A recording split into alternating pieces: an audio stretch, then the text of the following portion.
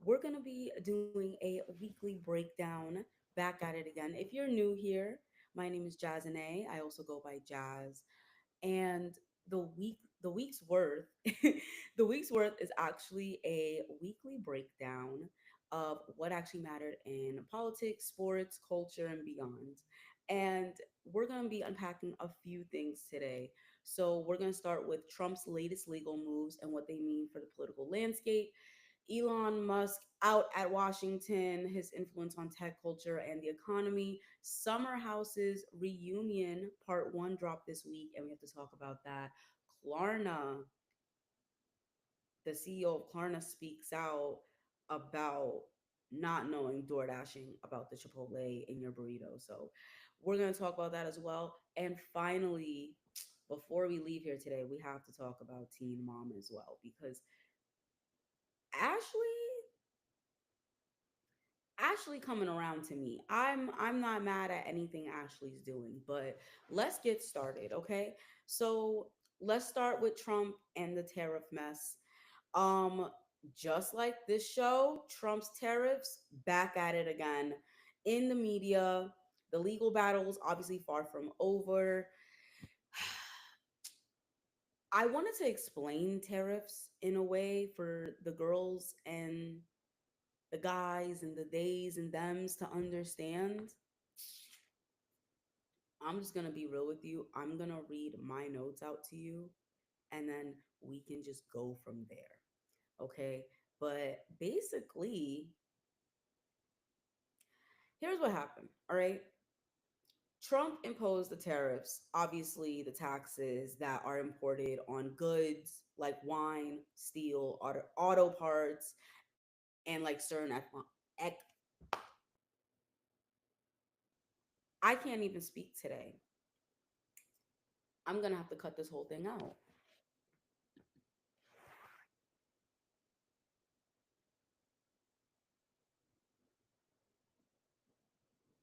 Hello, everyone. My name is Jazane, and welcome back to the Week's Worth, your weekly show about all things politics, culture, pop culture, TV, and more. Of course, as I just said, my name is Jazane, but you guys can call me Jazz, as you can see right here. Doing something a little different today, doing a different background, wanting to feel different, wanting to wear yellow, wanting to do something different for you guys. And also, we're going to be talking about some major topics today in, let's say, I want to say 30 minutes or less, but I can't guarantee that. So let's just dive in, okay? Now, we do have three things we're talking about: Trump's latest legal moves regarding the tariffs. What do they mean for the political landscape? Elon Musk out at Washington, his influence on tech culture, Tesla, and if he's actually really going back to work full time. Summer House just did part one of their reunion, dropped this week. I have some things to say. And then lastly, we're gonna close out the show talking about Klarna and Teen Mom because those are two things which, let me add Teen Mom on there as well. Because let me tell you something, I'm just gonna play the video of Ashley going back and forth with Amber. I haven't even heard Amber's part yet, but we'll get there. Let's start with Trump first. Some let's get some stuff out the way, okay? Just like another episode of this show, Trump's tariffs are back again. This time, it's a back and forth. We thought the courts banned his tariffs, then they didn't ban the tariffs. If you're new here and you don't know what's going on, let me break it down for you, okay? I'm going to be reading from my notes that I took, so be patient with me. Give me grace. Um Trump imposed the tariffs. So those are taxes on goods such as wine, steel, auto parts like cars, okay? Certain electronics. He's going to probably put tariffs on iPhones. I even saw that earlier this week in a potential tariff on iPhones earlier this week. He's saying it's, oh, so the US citizens can protect and make more jobs in this country by making foreign goods more expensive, which, of course, as I said, push the American people to buy American made products, right? Well, a court did just say recently, the Court of International Trade, excuse me, the Court of International Trade said recently that Trump didn't have the legal power to impose these tariffs using his emergency powers. So that just sounds like he overstepped his bounds, which he is not. This isn't the first time he's been accused of that, so we can't be surprised by that. Of course, Trumpito don't back down. He fought back. He said that the court ruling was a direct attack on his presidential power. And within 24 hours, a federal appeals court came to his rescue, pausing the CIT's decision, allowing him to keep imposing the tariffs for now. A few things about this. So, small businesses like wineries and manufacturers are saying that the tariffs are driving up prices and it's hurting their bottom line. So right now we're in this limbo of, okay, are the tariffs actually helping the American people, or are they hurting the prices and making things more expensive in this country? I mean, Steve Madden actually did a recent interview with the cutting room floor talking about the expenses that come into making his shoes and how Trump's tariffs are affecting that. And that interview alone led him to, like, I think about 100 million in sales. 100 million in sales. And this is a fact check in real life podcast. So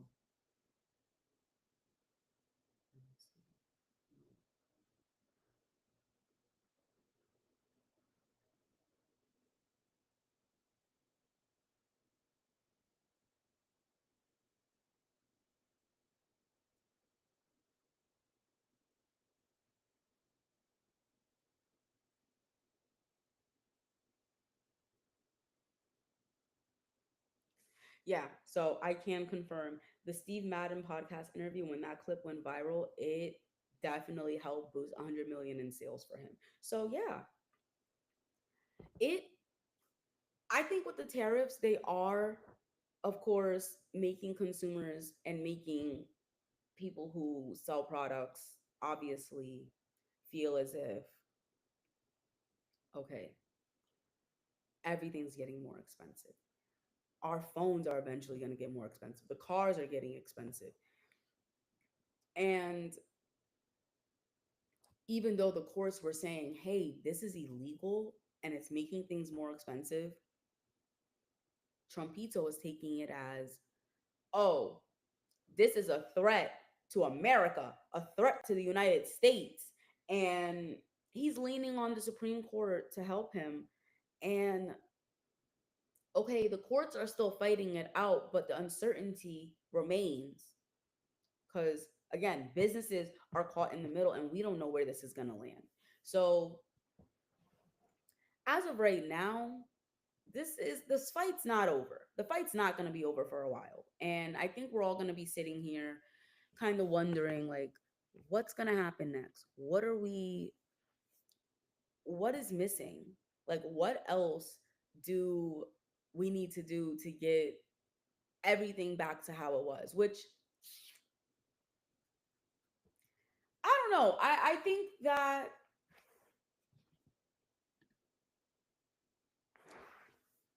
think truthfully,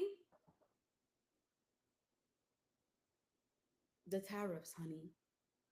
It's the tariffs. It's just the tariffs. It's the tariffs. The tariffs are whooping our behind day in and day out. It's just, it's all a power and money grab. And as I said, the story is developing. Let's get into Elon. Let's just dive right in to Mr. 14 Kids and Counting. So Elon is OUT in DC. All right. Tesla CEO and father of 14 did thank Trump via Twitter, saying thanks for the chance to cut wasteful spending, but now it's time to focus back on his companies. Musk officially called it quits on government work, announced that his stint in Washington has officially ended. After the 71% drop in Tesla stocks, I think now is a good time to go back to work. Elon, yeah, you should. He said he's shifting back into 24/7 grind mode to focus on saving Tesla, and the whole world is sighing relief, including the Tesla workers, because the girls were literally trying to get Elon to go back to work. Washington was getting really tired of him. And it just seems like, let's actually, I'm going to read a little bit more because I want to talk this out with you guys. I feel like I need to talk this out with people because,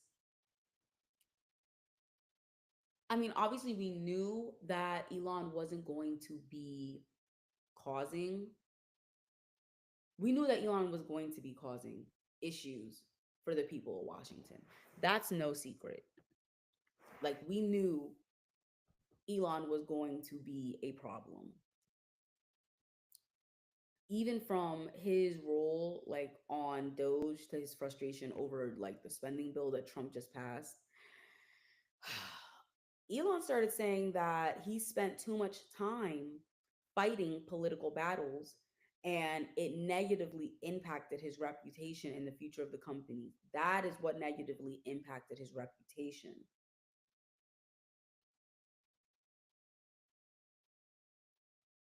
He said that is what impacted his reputation. Um, he also criticized Trump and said the spending bill was increasing the deficit, which he said did not sit well with his team or him. He did say that he was going to do $100 million pledge to support Trump's term for the 2026 midterms. I don't know if he's yet to follow through on that. Actually, he has yet to follow through. They don't know if he's even going to still do it. And I think what it is that Elon really thought that by connecting himself with Trump, he's going to be getting all of this power, all of this money, all of this, access. And he did. He got a lot of access to the treasury. Like, he got access to things that normal American citizens will never get access to. He's South African, by the way. I'm sorry, I just can't get over Trump trying to tell that man, um, the South African president, that there are white genocides happening to white farmers in South America when literally apartheid happened in that. Okay. This is journalism, but we also have to talk facts because journalism is facts. Donald Trump sat down and tried to convince a South African president that there were white genocides happening in South Africa. On top of that, before that, in an interview, he literally kept saying to the journalist, to the reporter, that man has MS-13 tattooed on his hand. It was a damn photoshopped photo with the words MS-13 on the hand. He's One day for the week's worth, we are going to talk about journalism and facts. And we may need to do a special episode about that because I think we need to have a refresher on facts. But anyway, overall, Elon's just mad. Elon's out at DC. He's done. He's over it. He feels like he spent a lot of money for a cause that didn't even really benefit him in the end. It didn't. He was supposed to get his AI company involved with a major AI project with the UAE and OpenAI. Is it OpenAI with the UAE OpenAI? The company, oh yeah, OpenAI, the company that Musk founded, got the deal instead of him. And he was mad that he got left out of that deal. And even when people ask Trump, like, oh, what do you think about what's going on with Elon? What do you think about, everything he's saying? Didn't respond to that. He defended the bill, didn't even mention Musk's name. And honey, trouble in paradise. The paradise is over. The honeymoon is over. Musk is going back to his job. Trump is going back to his job. And maybe they'll pass by each other again, like two ships in the night. Oh my gosh, that's so funny. But anyway, I'm glad that we got that out of the way so we could talk about the real things happening. Summer House. I have notes. I have notes. This is gonna be jumped around. Because I love Summer House, but it's not a show that you really need to step by step by step by step by step break down every single thing that is happening at the reunion. I'm gonna give you guys the highlights. Anything that you want to do, you can cross reference with Vulture's Summer House recap series. The reporter that works on that, I'm probably gonna do a screenshot of it, like right here. That article and this journalist that works on it, they do great Summer House recaps. Do I agree with everything they say all the time? Not necessarily, but it's reality TV. So with reality TV, you do need commentary, and commentary is more of opinion based. So this is going to be more of the opinion based commentary part of the show. So I gave you your facts.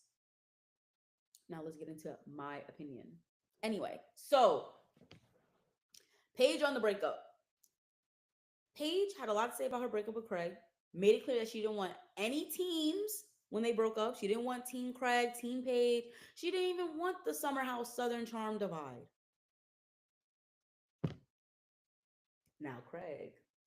Listen, I love Summer. I love Southern Charm. I love Summer House. Summer House was my first love though.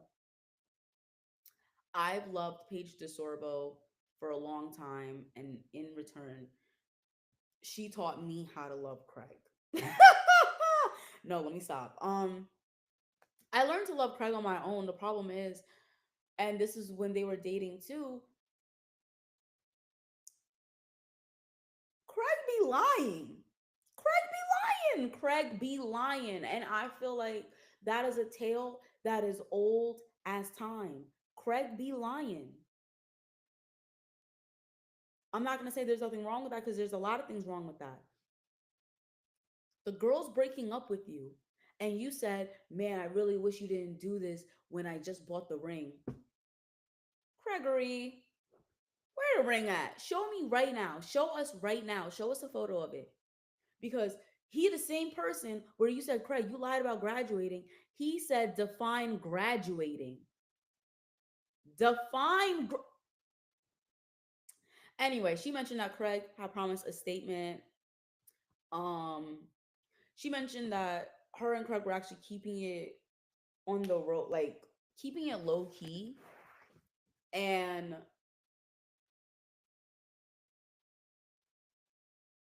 Paige and him broke up, and in December didn't say anything. Like she didn't say anything. She was living her life. Craig went on vacation and was acting single, like talking to girls at bars, doing his thing. You know what I mean? Like not her problem anymore, right? That's when she reached out to him and said, "Hey, I'm going to put a statement out there saying like we're not together. So you're good." And with Craig, his whole thing is, okay, well, we're broken up. I don't need to defend you anymore. Anything that has something going on with you has whatever's going on with you has nothing to do with me. But when the cheating rumors came out about Paige, because they were saying, oh, Paige was on vacation with this one guy and she's cheating on Craig, or she was with this guy before Craig, and Paige reached out to Craig and was like, yo, I'm getting annihilated online. Like, you could clear this up if you can just tell them what happened. He was like, I don't feel like clearing nothing up right now.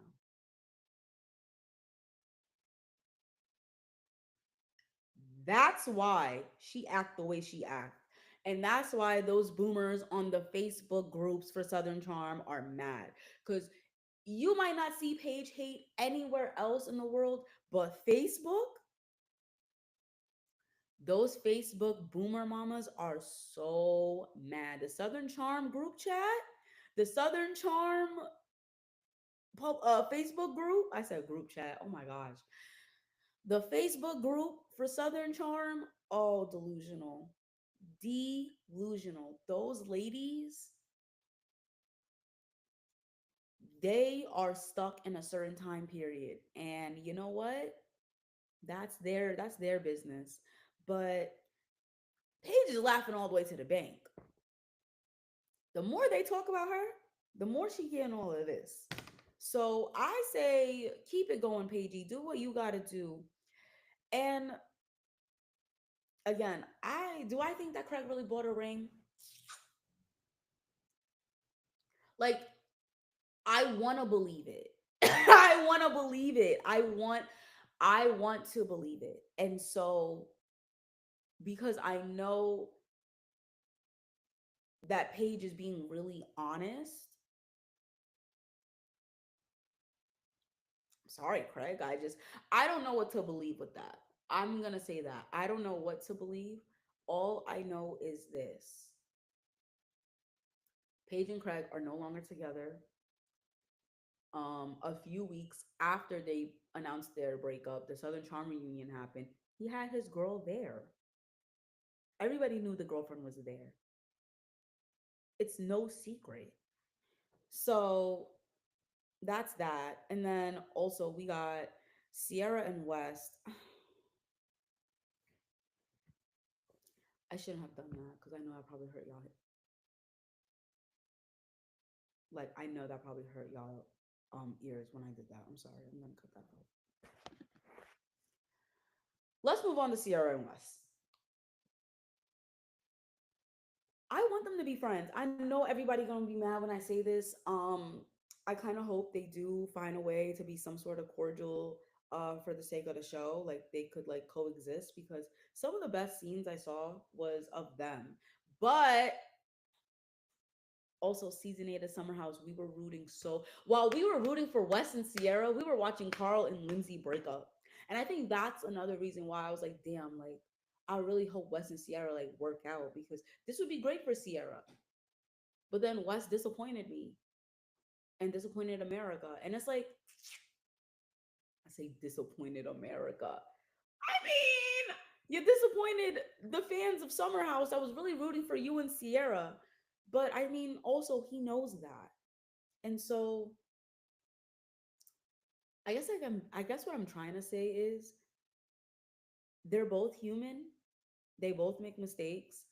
Um Wes is just like, bro, you were that reunion did not help him. Like he actually was helping himself more in this reunion than season 8 reunion because he was not stopping doing this at all. Cuz he wanted to express like Sierra, like I messed up. I wasn't ready for what you were ready for. And I apologize for that. Now, with that being said, you can't say I wasn't ready for anything serious. We had like a really in-depth relationship. I've never been this close with someone. You sat on the girl's bed and cried for 2 fucking hours. You sat on the girl's bed and cried for 2 hours. You know what I'm saying? Does that make sense? I don't know. I just feel like, and the reason why he cried on the bed was because his friend passed away that night, and he went to Sierra's apartment and literally cried for 2 hours. He said that on camera, and you can see it on Sierra's face. Like she's just so she don't know what to do with herself.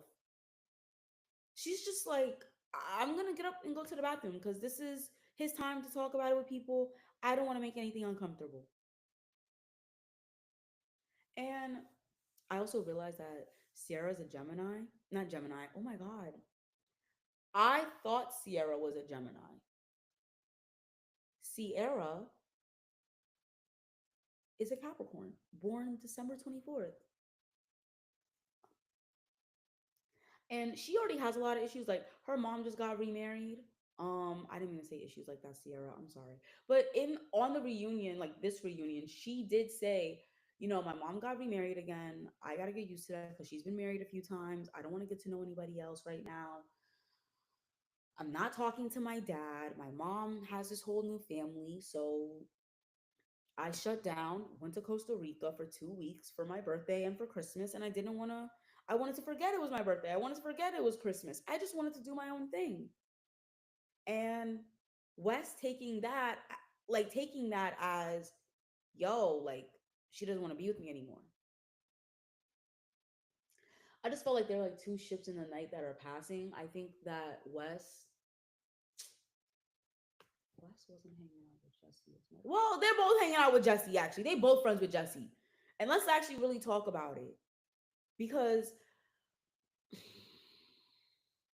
I love Wes, Jesse, and Sierra together. Like that was the trio, right? Jesse, let's wrap up Wes and Sierra. Overall, Wes and Sierra, they are going to figure it out. They got to figure it out if they're going to be on the season together next season. I think Sierra did take his apology, but at the same time, I completely understand why she's wary of the situation. Whatever she wants to do, I'm obviously going to support because, but when it comes to this Jesse and Lexi thing, because let's get into it, Sierra, let's be real here, okay? I'm not going to be on Lexi's side entirely because Lex, let's be real. You cannot expect a man to want to introduce you to his family after he said he got his toe sucked by some girl and he didn't tell you about it. Why would you want to meet his family after that? Red flag. Red flag. One, that's one. Two, no, that's not even the first red flag. That's actually the second red flag. The first red flag was this dude love bombing you and you attaching yourself to him at the hip and just being like, oh my God, like I want to be exclusive with him. I want to do this with him. Like me and Jesse make out, yada yada yada. We're sleeping in the same. It I don't know what the case could be. Could Jesse have gotten with Lexi just to sleep with her and then move on with his life and like see where it goes with her? Or I don't know. I don't know because you can't have intercourse with Lexi one weekend and then the following weekend when she's not there, you're bumping and grinding your pee pee all on Sierra's booty. You all over this girl telling her, why didn't we work out? Why didn't you give me a chance? Why didn't you do this? Why didn't you do that?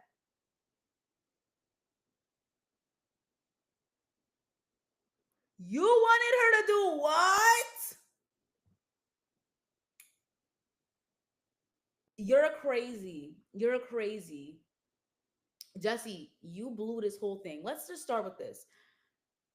They had a pirate party. Jesse decides to go to Sierra, who's literally dressed as a bird. She's dressed as a bird, beak and all. I have to go to my Substack and find that photo, and I'll add it in later. This episode is probably going to get posted Saturday because I have to edit this one. I am just over it. Like, listen, okay, I understand Tollgate was a lot, the pirate party was a lot. It's just the fact that Jesse all season long kept saying like half truths, which were lies. And it's the Craig thing to me. It's the Craig thing to me. It's just why I'm like, Paige, maybe no. Like, let me just say this now. Paige should Paige saw it a mile away, but at the same time, I do feel like she's still giving Jesse a pass. Um, because Sierra was being dragged in it too. And I get it, that's your homegirl. Not even because she dragged it. I don't know what Paige's reasonings could be. And I'm not gonna put that on her actually. What I am going to say is that Jesse did lie. He withheld the truth from Lexi. He tells Lexi one thing and then tells the rest of the house one thing to basically kind of separate the two. However, Lexi could have made more of an effort to really get to know them, hang out with the girls outside of the house, and show them, like, hey guys, I'm not just this girl that wants to hang out with with a man all the time. You had an opportunity to do that and that didn't happen. But this is the point I was going to make. Even though Lexi and Jesse had their ups and downs, what really bothers me about this summer house reunion is the fact that everyone on that cast, with the exception of Gabby and Lexi, was laughing about Jesse and Toegate. And if this was, yo, because if this was Paige, Amanda, Sierra, or Lindsay, this wouldn't even be a joke. This wouldn't even be a joke. The amount of times we've seen Amanda cry because Kyle has said or done something to her, and the whole house was like, Kyle, like, why would you do that to Amanda? Like, all y'all laughing. Lexi better than me. Because I would have said, fuck all you bitches. Fuck all y'all. I don't care. I'm sorry. I would have said, F all you guys. Y'all are so wrong for this because you know for a fact if this was Sierra, if this was Paige, if this was Amanda, if this was Lindsay, if this was any of y'all, this would not be a laughing matter. If this was any of the women on the cast, this would not be a laughing matter. And real talk, Gabby, this is where you should have stepped in. Gabby should have stepped in and should have been like, the fact that y'all are laughing is so corny. Like, it's so corny to me. It's so lame. Like, it's so loserish. Like, Gabby, you had a full chance to really rip in and rip into they asses, and you didn't do that. And for that, I'm not going to shame you for it, sister. I am going to, however, tell you, well,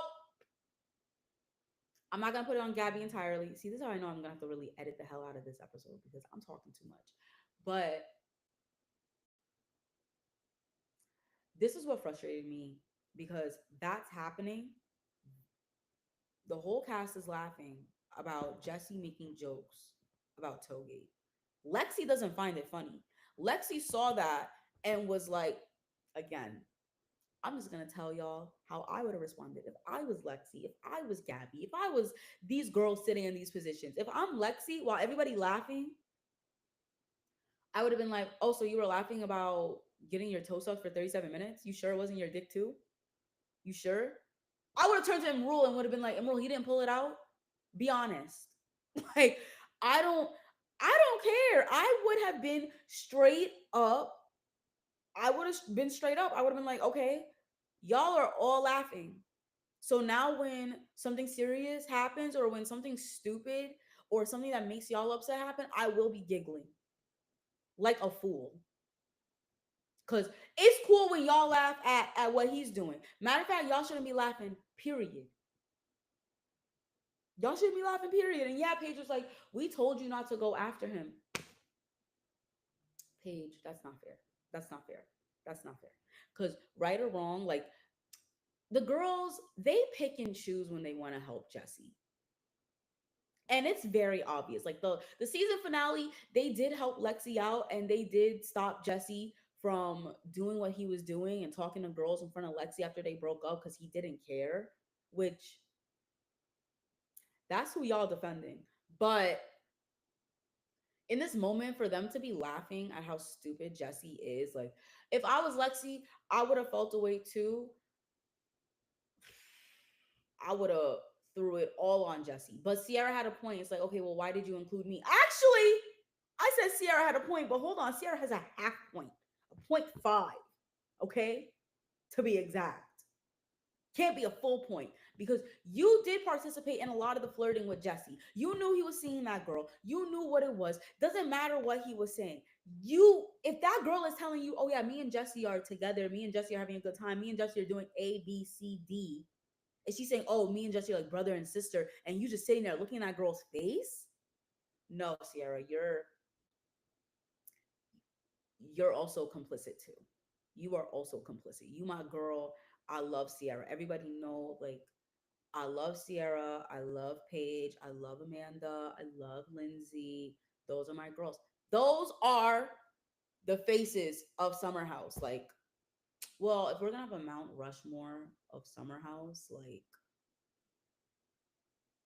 it's definitely Kyle, Lindsay, Paige.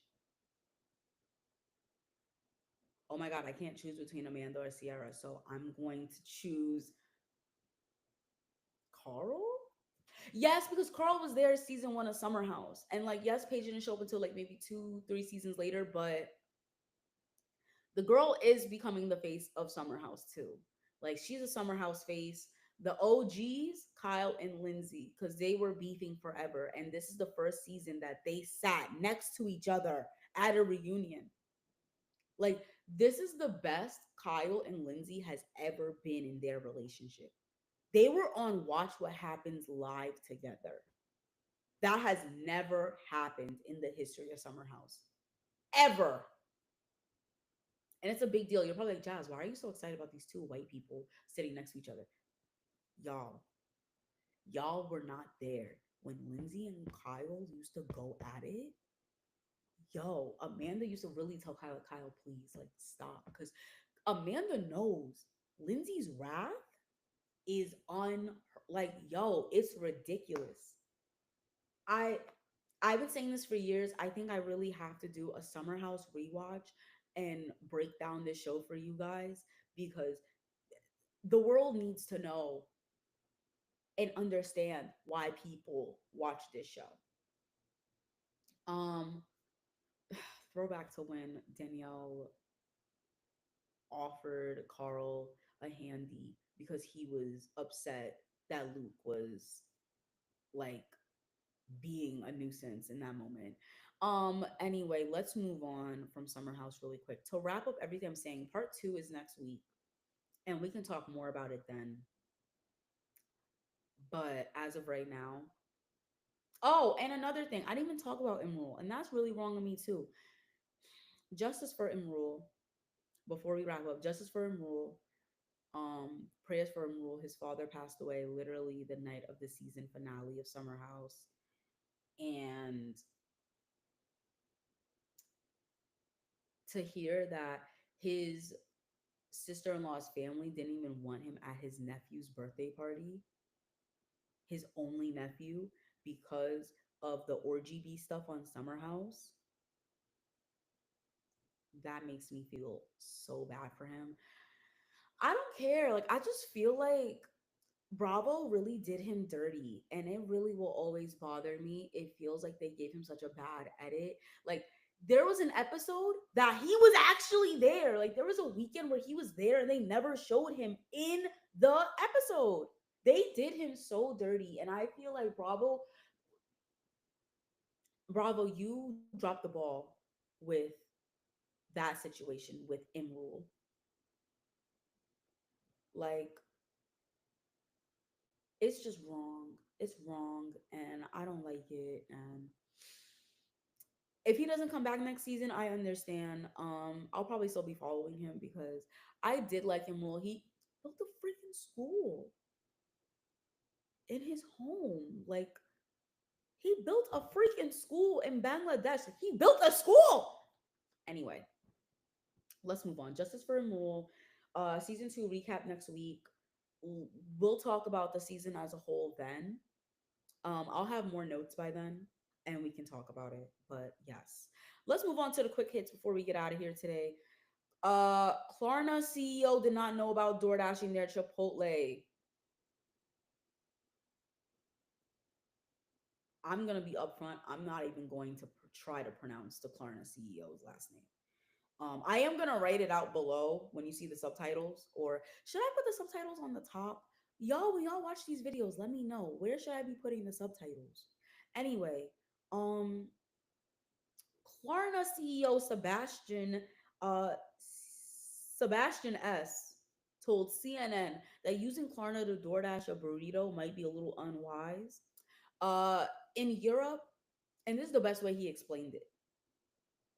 So apparently, Klarna in overseas in Europe, they use it as PayPal. And in the US, we have rebranded as a buy now, pay later type of vibe. And they not feeling that. Because in case you don't know, people are not paying Klarna back. And that's the problem that people are having. That's what Klarna's having right now. Klarna's dealing with the fact that the US is not paying them back, which I already know. Afterpay, all these other ones, all these other buy now, pay later stuff, they are going to be on y'all behinds. Because the way y'all are playing with Klarna, y'all never gonna be able to get nothing for buy now, pay later. This country will never see a buy now, pay later again. And if they do, it's gonna have the highest percentage of payback. Because y'all didn't learn nothing from 2020. Y'all didn't learn from the PPP loans. Y'all didn't learn from every single time you tried to jip and scam the system. Apologies for saying that other word. I didn't mean to. I know it's a slur, but um, not but. I just wanted to apologize for that. I'm cutting that out. They trying to scam this. Y'all are trying to scam the system. Stop. It's not gonna work. Oh my god, like uh, asking to Klarna your Chipotle is so insane to me. Why are you trying to Klarna your burrito? Who wants to Klarna their DoorDash order? I mean, I get it. It sounds very nice to not pay for it in the moment, but you know you have to pay for it eventually. But yeah, that's what's happened. That is what is going on with Klarna. Let's move on to Teen Mom. I'm not gonna touch too much on Teen Mom because we got to get out of here. But let me just say this, Greg.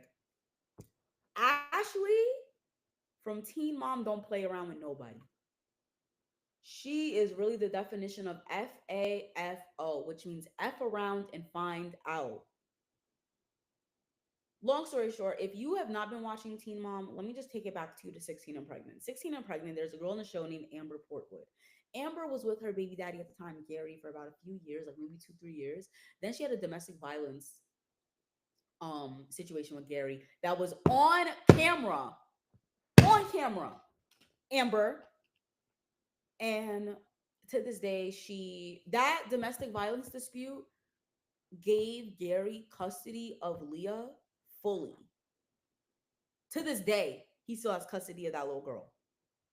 And Amber doesn't really do her part. Like I I'm gonna I'm gonna add the video that Ashley talked about. Like she just did like a recent episode, like a recent video. If I find more of it, I will add all of it in this specific episode. But um if I can't, then let me just tell you. Ashley and Amber went back and forth. Amber's I'm gonna also add in later, but Ashley was really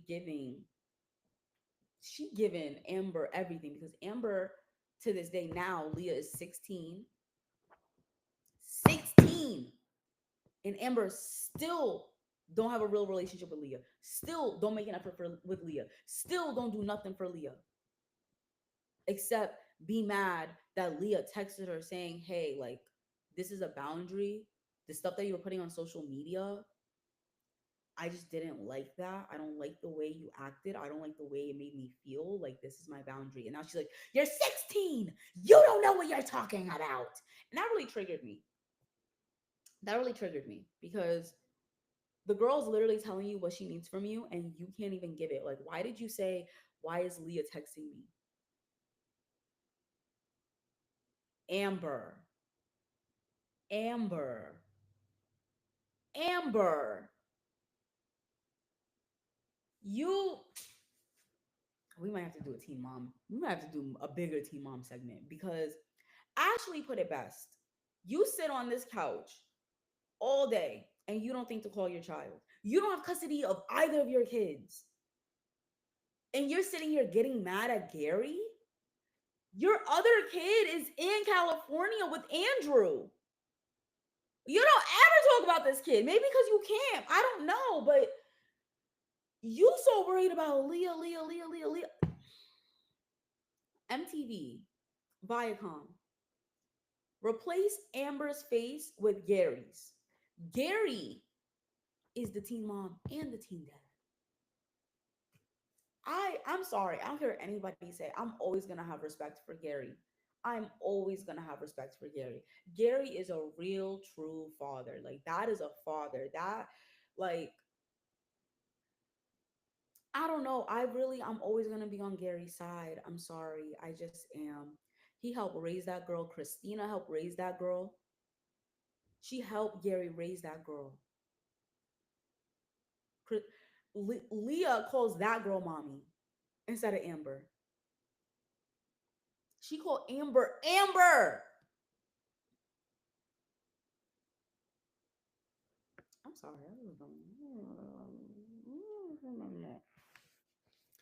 All I'm gonna say is this, because we soon get out of here.